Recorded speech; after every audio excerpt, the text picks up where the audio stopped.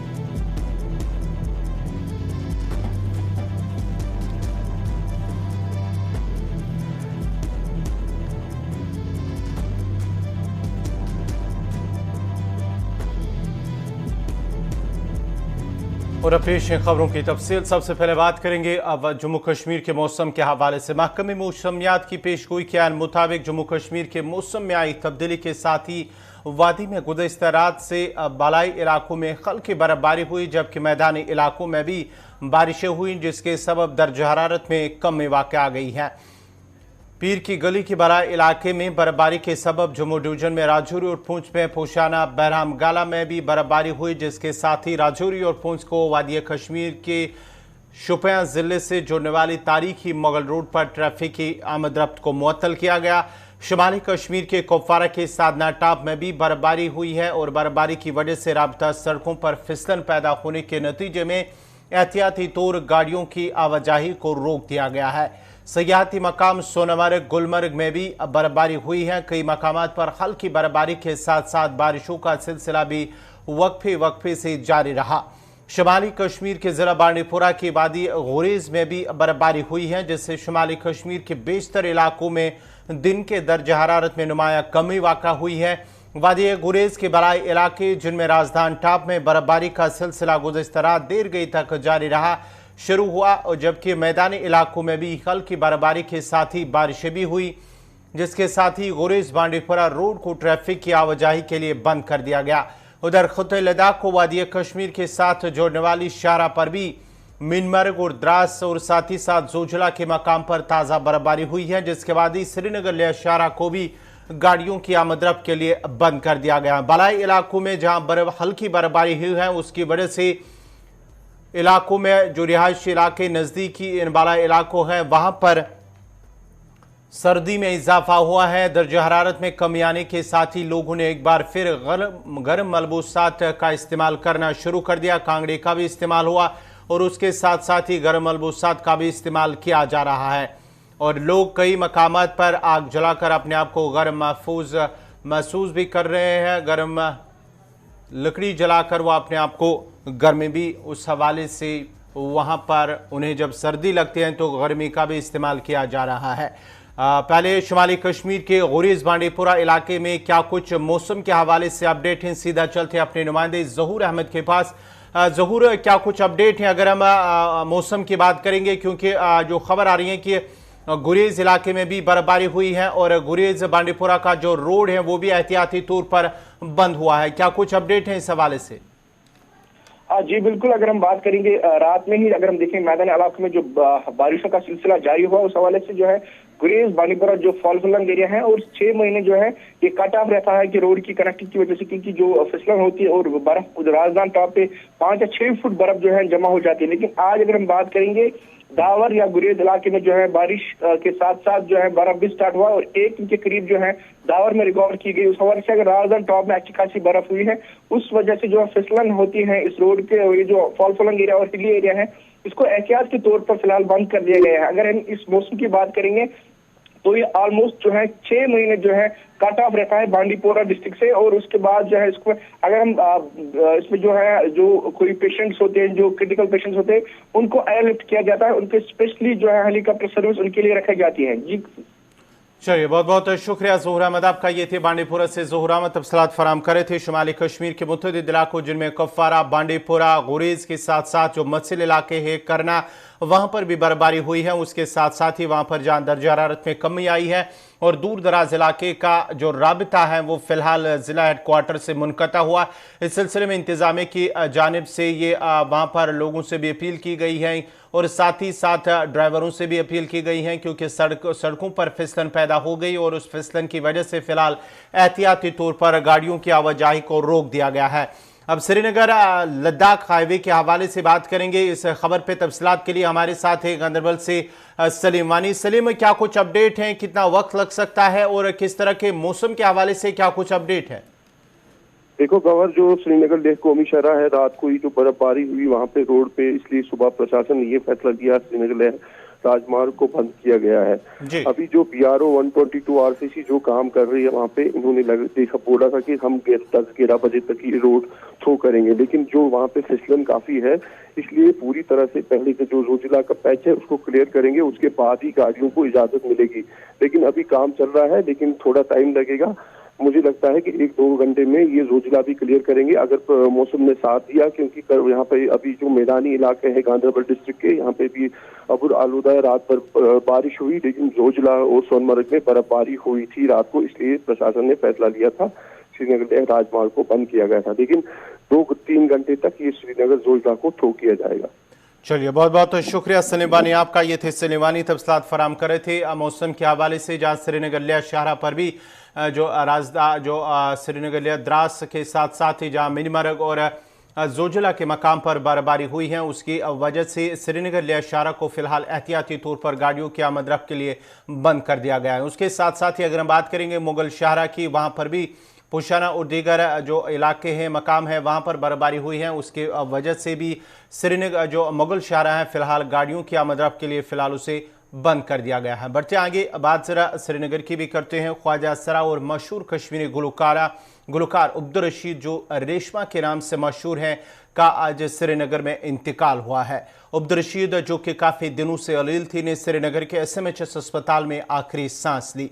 रेशमा को शादी के मुख्तलिफ फंक्शंस में मखसूस और मुनफरिद गाना हाय हाय वैसे यारन तड़पोनस के लिए जाना जाता है, जो सोशल मीडिया पर काफ़ी वायरल हुआ। श्रीनगर के इलाके नवाकदल का रिहायशी अब्दुल रशीद अपने पड़ोसियों के मुताबिक एक आजिज, मिलनसार और अजीम इंसान था।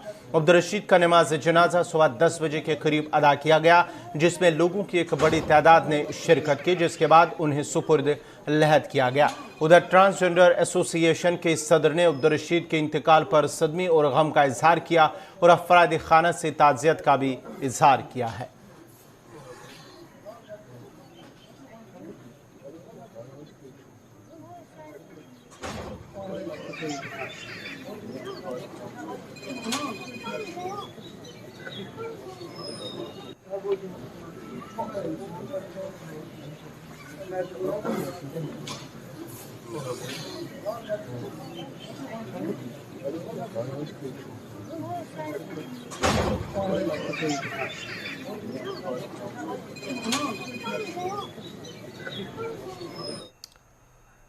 बात अब करेंगे डेंगू के हवाले से। जम्मू सूबे में डेंगू का कहर लगातार जारी है और सूबे में डेंगू से मुतासर होने वाले अफराद की तादाद 6000 के करीब पहुंच गई है, जबकि डेंगू से मरने वालों की तादाद भी 12 हो गई है, जबकि आते दिन मुतासरीन की तादाद में इजाफा हो रहा है। सूबे में डेंगू के फैलाव और इसकी रोकथाम पर डॉक्टर विशाल टंडन से खुसूसी बातचीत रितिका राजपूत ने की है।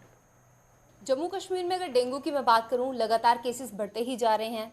डॉक्टर्स अपना पूरा कार्य कर रहे हैं, दिन रात वो पेशेंट्स को बचाने की पूरी कोशिश कर रहे हैं, परंतु मरीजों की संख्या लगातार बढ़ती ही जा रही है। तो ऐसे में ट्रीटमेंट किस प्रकार से किया जाता है, सिम्टम्स क्या कुछ हैं, लोगों को क्या सावधानियां बरतनी हैं, इस पे आज तमाम बातचीत करेंगे। तो आज हमारे साथ GMC जम्मू से डॉक्टर विशाल टंडन मौजूद हैं। सर, सबसे पहले आपका स्वागत करते हैं। नमस्कार। नमस्कार जी। सर, हम डेंगू की बात कर रहे हैं, पहले मैं केसेस जानना चाहूंगी कि असल में अब तक कितने केसेस आ चुके हैं, कितनों को आप ठीक करके भेज चुके हैं और अभी भी लगातार एक्टिव केसेस कितने हैं? देखिए, जो 1.5 मंथ का डाटा जम्मू डिवीज़न का जो पर्टिकुलर हम बात करें तो लगभग कोई 5550 के केसेस का कल लास्ट डे का डाटा था। जम्मू डिवीज़न में लगभग 4300 के लगभग ले लीजिए डाटा था। इसमें 10 लोगों की डेथ भी रिकॉर्ड हुई, पीडियाट्रिक, एडल्ट और हर वर्ग के जो मरीज़ हैं वो मतलब इसमें आ रहे हैं। और पर्टिकुलरली जो आपने बात करी डेंगू फीवर की, उसमें मैं मतलब अपने श्रोताओं को बताता चलूँ कि भाई इसमें कुछ चीज़ें बड़ी इंपॉर्टेंट हैं जिसका अगर आप संज्ञान ले लें तो बड़े अच्छे से जल्दी से रिकॉग्नाइज भी हो जाएगा और आप उसको अच्छे से ट्रीट कर पाएंगे। इसमें प्रमुख तौर पर इस समय इस पर्टिकुलर सीज़न में जिसमें डेंगू बड़ा कॉमन रहता है, किसी भी फीवर को जब तक वो until it is approved otherwise उस फीवर को आप साधारण फीवर ना समझें, उसको आप हाई सस्पिशन रख के डेंगू ही मान के चलें और अपना इमीडिएट जो है डॉक्टर से कंसल्ट करें। और फीवर में अगर पर्टिकुलरली कुछ लक्षण अगर हैं तो सेल्फ डायग्नोसिस बड़ा इंपॉर्टेंट है, सेल्फ असेसमेंट बड़ा इंपॉर्टेंट है, जिसमें हाई ग्रेड फीवर रहता है डेंगू में। दर्द जो है हेडेक बड़ी कॉमन है और रेट्रोबल्वर आंखों के पीछे के रीजन में बड़ी कॉमन दर्द बताता है मरीज़। टांगों में शरीर में बड़ी दर्दें रहती हैं। और अगर ये चीज़ रैश के साथ जुड़ जाए, maculopapular rash, all over body rash अगर जुड़ जाए, और दूसरा अगर ब्लीडिंग मैनिफेस्टेशन वो पेशेंट मतलब देखता है या नोटिस करता है, जैसे ब्लैक स्टूल आना, यूरिन में आना, कफ में आना, तो वो हाई सस्पिशन और हाई रीज़न हो सकता है डेंगू फीवर का। तो उस स्थिति में क्या किया जाए और उसमें कैसे आपने आगे अप्रोच करना है, उसमें मेडिकली हमारा जो लक्षण से ही प्रमुख तौर पे हमें पता लग जाता है कि डेंगू फीवर है या नहीं, या साधारण फीवर है। पर हम जो दो प्रमुख टेस्ट इसमें करवाते हैं, एक प्लेटलेट काउंट जो है बड़े इंपॉर्टेंट टेस्ट है इसमें, और दूसरा एक हम एंटीजन टेस्ट करवाते हैं जिसको हम NS1 एंटीजन कहते हैं। ये एस्टैब्लिश कर देता है कि ये डेंगू फीवर है, और अगर प्लेटलेट काउंट जो है उसके कम हो रहे हैं लगातार तो वो एक हमें मॉनिटर करना पड़ता है। तो मैं श्रोताओं से ये रिक्वेस्ट करूंगा कि अगर आपका डॉक्टर आपको बार बार वो सीरियली करने को बोलता है प्लेटलेट, तो वो आपके हित में बोल रहा है, उसको आप लाइटली ना लें, उसको इग्नोर ना करें, क्योंकि अगर डिक्लाइनिंग ट्रेंड है तो हमें ये बार बार अल्टरनेट डे करवाने पड़ते हैं। और अगर ये स्टैटिक ट्रेंड है और बढ़ रहा है तो फिर हम नहीं भी करवाते हैं पेशेंट को। लेकिन हाँ, एक मात्रा बड़ी इंपॉर्टेंट है, वो उसमें आपको ये बताना ज़रूरी समझता हूँ, क्योंकि अगर आपका प्लेटलेट काउंट 60,000 से ऊपर है तो घर पे ही जो मेडिकल ट्रीटमेंट डॉक्टर ने आपको दी है वो उससे आप स्टिक करें, उसको कंटिन्यू करें। अगर वो 60,000 से नीचे जाने लगता है तो ये हाईली एडवाइजेबल है, पेशेंट के हित में है कि वो इमीडिएटली हॉस्पिटलाइज अपने आप को कर ले। इसके अलावा भी अगर कोई वार्निंग साइंस मिलें पेशेंट को, जिसमें मैं प्रमुख तौर पर ब्लीडिंग मैनिफेस्टेशन जो मैंने जिक्र किया, जहाँ बॉडी में पूरी बॉडी में रैश आ गया, जहाँ आपको फीवर टूट ही नहीं रहा है, वेरी हाई ग्रेड, कन्वर्जन आना शुरू हो जाते, इस तरह का कोई लक्षण दिखे तो भी आपको हॉस्पिटलाइज इमीडिएटली अपने आप को करना है। इसके अलावा हॉस्पिटल में डॉक्टर्स अपना ट्रीटमेंट जानते हैं और प्रमुख तौर पे हमें इसमें सुपरविजन ही करनी होती है। प्लेटलेट काउंट, LFT और सारे टेस्ट हम करवाते हैं, देखते हैं क्या चल रहा है बॉडी में। अगर प्लेटलेट काउंट का स्तर और गिरता है और वो 20,000 के लगभग पास आ जाता है तो हम पेशेंट को प्लेटलेट जो है वो प्रमुख तौर में ट्रीटमेंट रहता है वो चढ़ाते हैं बेसिकली। तो ये बड़ी इंपॉर्टेंट बात जो मैंने बताई। इसमें कुछ न्यूट्रिशन में भी कुछ चीज़ें मैं अपनी जनता के लिए बताता चलूँ।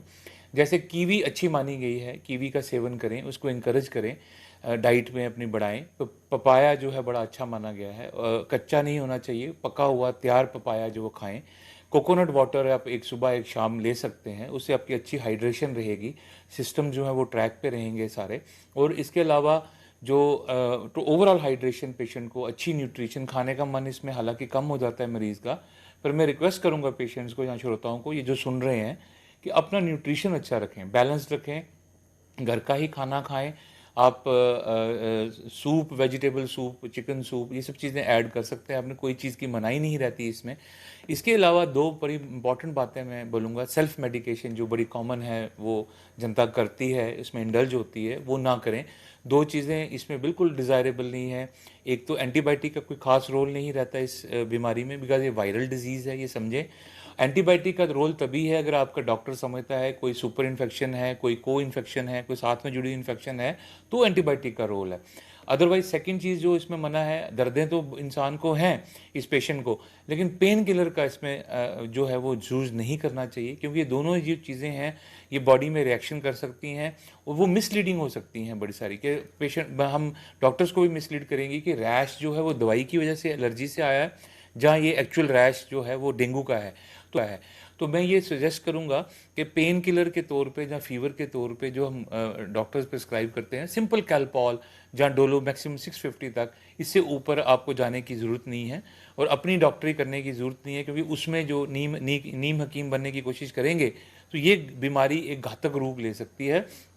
जल्दी से जल्दी मेडिकल अटेंशन इसमें इसका मूल मूत्र रहेगा कि इसमें आपने फ़ायदा कैसे लेना है। और सेकंड, अगर आपको 60,000 से काउंट किसी भी मोमेंट में जा रहा है जहाँ वार्निंग साइन है तो अपने आप को हॉस्पिटलाइज करें। इसके अलावा जो प्रिवेंटिव पार्ट है वो बहुत महत्व रखता है। प्रिवेंटिव पार्ट डिफरेंट लेवल पे बोलूँ मैं, कम्युनिटी लेवल पे, पर्सनल लेवल पे। पर्सनल हाइजीन बड़ी इंपॉर्टेंट है, पर आप अपने कपड़े इस मौसम में पर्टिकुलरली, और 10-15 दिन की मैं बात करूंगा, इस मौसम में पूरे फुल स्लीव्स कपड़े, पूरा अपना नेक को ढका हुआ, जब आप शाम को पर्टिकुलर निकलते हैं तो कपड़े पूरे पहन के निकलें, आधे कपड़े ना पहने, क्योंकि इसमें एक्सपोज होते हैं मॉस्किटो बाइट। डेमोक्रेटिक आज़ाद पार्टी के सदर गुलाम नबी आज़ाद ने वादी में खोरी टारगेट किलिंग की जहाँ मजम्मत की है, वही उन्होंने कहा है कि इससे न सिर्फ हालात मजीद ख़राब होंगे बल्कि कम्युनिटीज़ में एक दरार भी पैदा होगी। चिनाब वैली के हवाले से बात करते हुए गुलाम नबी आज़ाद ने कहा कि खत्े के लोग तामीर और तरक्की के लिहाज से काफ़ी पसमानदा है।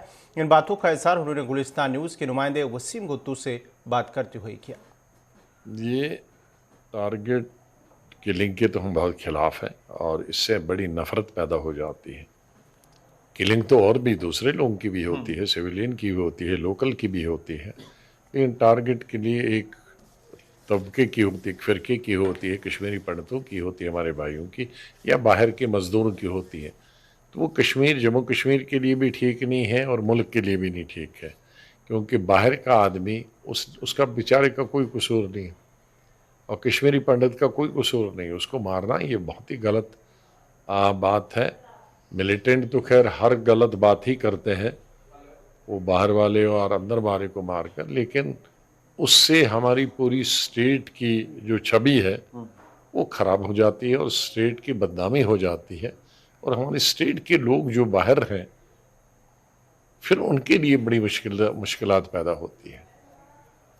तो उसको बंद करना, ये कहना भी बड़ा मुश्किल होगी कि हर आदमी के साथ आदमी सिक्योरिटी रहे। ये उनके पीछे जो आका हैं मिलिटेंटों के, वो जानबूझकर इसकी हरकतें, ऐसी हरकतें करते हैं कि हिंदू और मुसलमान के बीच में नफ़रत पैदा हो जाए, और उसको हमारी जो मुस्लिम बरादरी है उसको कंडम करना चाहिए। आखिर में चिनाब खित्ते के लोगों को क्या मैसेज देना चाहेंगे जो इतना ज़्यादा चाहते हैं आपको? इलेक्शन आ रहे हैं, वो बंटे नहीं, धर्म की बुनियाद पर, ज़ात की बुनियाद पर न बटें। इससे वैसे ही पहले बहुत नुकसान हुआ हमारे मुल्क को, हमारी रियासत को, और चिनाब खित्ता मुल्क का सबसे बैकवर्ड एरिया है और बहुत इलाका, तकरीबन 14,000-15,000 स्क्वायर किलोमीटर के बराबर है और सड़कें नाकाफ़ी हैं। मेरे से आने से पहले तो सिर्फ 4% थी, लेकिन 2.5 साल में हमने 4 से 40% की थी। अब वो 40% शायद 20% पे फिर पहुंच गई, क्योंकि उसके बाद उनकी मरम्मत किसी ने की नहीं, रिपेयर किसी ने की, और यहाँ दूसरे मुल्क के मुकाबले में डबल मार पड़ती है। दूसरे मुल्क के हिस्सों में सिर्फ बरसात होती है और कश्मीर वादी में सिर्फ बर्फ़बारी होती है, जम्मू में भी सिर्फ बरसात होती है, लेकिन ये एंड है, यहाँ बरसात भी होती है और यहाँ बर्फ़ भी होती है। अगर कश्मीर वादी में देखेंगे तो वहाँ बरसात सीज़न एज सच नहीं है। बरसात का हुआ कि नाले चलें, बाढ़ आ जाए, तूफान आए, उसको बरसात कहते हैं। सीधी बारिश कहीं थोड़ी बहुत हुई उसको बरसात नहीं कहते, वो बरसात जम्मू में आती है, लेकिन जम्मू में बर्फ़बारी नहीं होती। तो इस चिनाब वैली में 2 दफ़ा हमारी सड़कों को नुकसान पहुंचता है, बर्फ़बारी के वक़्त में सर्दियों में और गर्मियों में बरसात के 2-3 महीने। तो 6 महीने में हमारे तो बरसात और बर्फ़बारी से निपट जाते हैं। तो इसलिए यहाँ म्यूनसिपल कमेटी त्राल ने ब्रंथल इलाके में स्वच्छ भारत मिशन प्रोग्राम के तहत लोगों में कूड़ेदान तकसीम किए हैं। इस मौके पर कमेटी के चेयरमैन मंजूर अहमद खान ने स्कूली बच्चों को सफाई सुथराई और आसपास के माहौल को साफ पाक रखने की जानकारी भी फराहम की। खान ने लोगों से अपील की है कि वो कूड़ा करकट को इन कूड़ादान में जमा करें और आसपास से गंदगी जमा करने से गुरेज करें ताकि माहौल को साफ पाक रखा जाए। चेयरमैन ने मजीद कहा कि इनकी कोशिश है कि इलाके में माहौल को साफ पाक रखा जाए।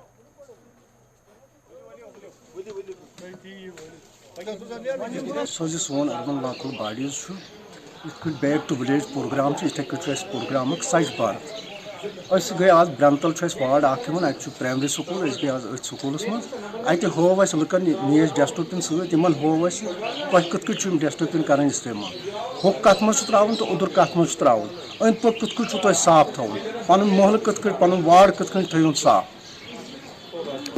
बचन तौर ये स्कूलस मज गई तमन बचन समझे तुम वो सो पन्न गरकन पानस पन्न स्कूलन मज थो सो सफाई पन्न गरकन वो कत थो साफ सुथर ये मज तुम बचो दुत पान बयान कत सफाई थो मकसद पन टाउन त्राल कत थोन साफ तो मुनज़म लुकन मेन तरफ अपील ये कि यस तिमन कुछ जाए क्या बास छोट क्या तम मे तुरंत फोन कर सान गाड़ी मौके पर।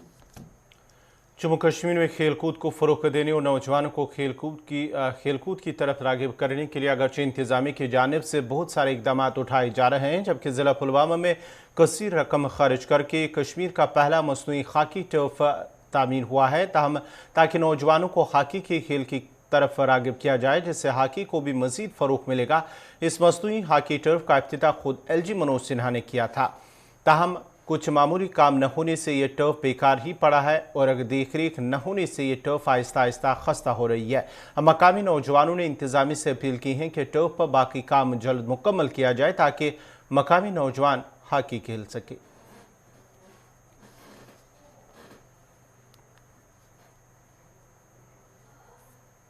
District department of youth sports services and sports का बड़ा शुक्रगुजार हूँ कि उन्होंने यहाँ पर एक सिंथेटिक हॉकी टर्फ कंस्ट्रक्ट करवाई, जो एक इनवैल्यूएबल एसेट है हमारे लिए, जहाँ पर हम ही नहीं बल्कि एक इंटरनेशनल स्टैंडर्ड की हॉकी टर्फ है, जहाँ पर इंटरनेशनल गेम्स भी हो सकती हैं यहाँ पर। लेकिन अब भी कुछ मेजर प्रॉब्लम्स है और उनमें से सबसे बड़ी प्रॉब्लम है कि यहाँ पर वाटर फैसिलिटी नहीं है। इस टर्फ पे खेलने के लिए सबसे ज़रूरी है कि इसे पहले पानी देना पड़ता है, वरना अगर चोट लगेगी तो बहुत ज़्यादा चोट लगने का खतरा है। और पानी की फैसिलिटी ना होने की वजह से यहाँ पर अभी हम खेल नहीं पाते हैं। हम गवर्नमेंट से अपील करना चाहेंगे कि यहाँ पर एक बोरवेल कंस्ट्रक्ट करवाए ताकि हम इसे पानी दे पाए और हम स्टूडेंट्स और बाकी जितने भी लोग हैं डिस्ट्रिक्ट के और पूरी वैली से जो हॉकी में इंटरेस्टेड है वो यहाँ पर खेल पाएंगे। मेरा नाम फरहान खुर्शीद है और मैं बॉयज़ हायर सेकेंडरी पुलवामा में पढ़ता हूँ और मैं बहुत ज़्यादा शुक्रगुजार हूँ गवर्नमेंट का, DYSSO का, कि उन्होंने यहाँ पे एक सिंथेटिक हॉकी टर्फ कंस्ट्रक्ट करवाया है। लेकिन इसमें एक मेजर प्रॉब्लम ये है कि पानी की फैसिलिटी यहाँ पे नहीं है और दूसरी प्रॉब्लम ये है कि देख रेख की भी प्रॉब्लम है। मैं चाहता हूँ कि यहाँ पे इस नीड को फुलफ़िल किया जाए ताकि वैली के लड़कों को मौका मिल सके यहाँ पे खेलने के लिए। श्रीलंका के बैटर दनिष्का गोनाथिल्का का ऑस्ट्रेलिया में ज्यादती के इल्ज़ाम में गिरफ्तार कर लिया गया है। ऑस्ट्रेलिया की एक 29 साला खातून ने श्रीलंकन बैटर पर ज्यादती का इल्ज़ाम आयद किया था, जिसकी पुलिस से तफ्तीश कर रही थी। पुलिस ने खातून की दरख्वास्त पर दनिष्का गोनाथिल्का को होटल के कमरे से हिरासत में लिया है। ऑस्ट्रेलियाई मीडिया के मुताबिक खातून का कुछ दिन कबल डेटिंग ऐप के जरिए क्रिकेटर से राबिता हुआ था। खातून ने इल्ज़ाम लगाया कि 2 नवंबर को दनिष्का गोनाथिल्का ने उन्हें जिनसी ज्यादती का निशाना बनाया। श्रीलंकन खिलाड़ी को सिडनी के सिटी पुलिस स्टेशन मुंतकिल कर दिया गया और उन्हें आज अदालत में पेश किया जाएगा। नाज़रीन, इसी के साथ ही उर्दू खबरनामा इख्तिताम पज़ीर हुआ चाहता है। अपने मेज़बान गौहर कुछे को इजाज़त दीजिए। अल्लाह हाफ़िज़।